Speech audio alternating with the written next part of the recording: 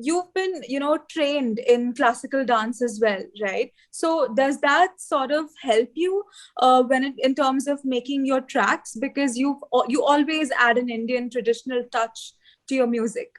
Does it help? Yeah, I think Indian classical music and dance is like the foundation of how I understand like rhythm and music. So it helps me for sure. And it definitely, I think it's just the framework from which I see everything. So it's kind of hard to remove it from anything. So when I get a chance to express it in a way like Firestarter, where the chorus is literally just dinna dinna ka din, it's like fun, and it just I didn't overthink it. I didn't, try to make it something it wasn't. It was honestly, if I don't know if you guys saw a couple days ago, I posted a video of my mom dancing to it in a sari, but Yeah, it's so cute. yeah, I just feel like it's very cute. it's a fun universal song that like people can enjoy across the board, where some of my music is very specific, to either I'm very rapping with a very intense kind of tone, or maybe there's words in it that are not appropriate for everyone sometimes, so this is a record that's for everyone, so I was excited about it. Let's also rather talk about Rani Cypher.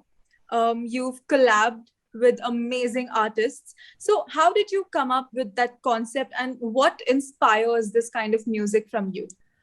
I always wanted to do an all-female rap cipher. I actually was planning on doing it in March 2020, but it got canceled due to pandemics. So we were able to put it together a year later and get involved with Absolute and really take it to another level.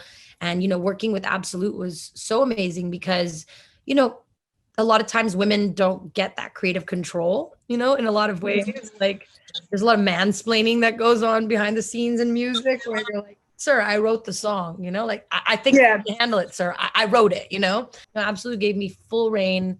I got to choose who I wanted to collaborate with. I told them the idea, and then, I was able to pick an all-female creative team, from the director to the creative directors, to everybody involved. It was a female led project. And I love doing projects like that because I like to prove that we can handle it and that we in most times do a better job.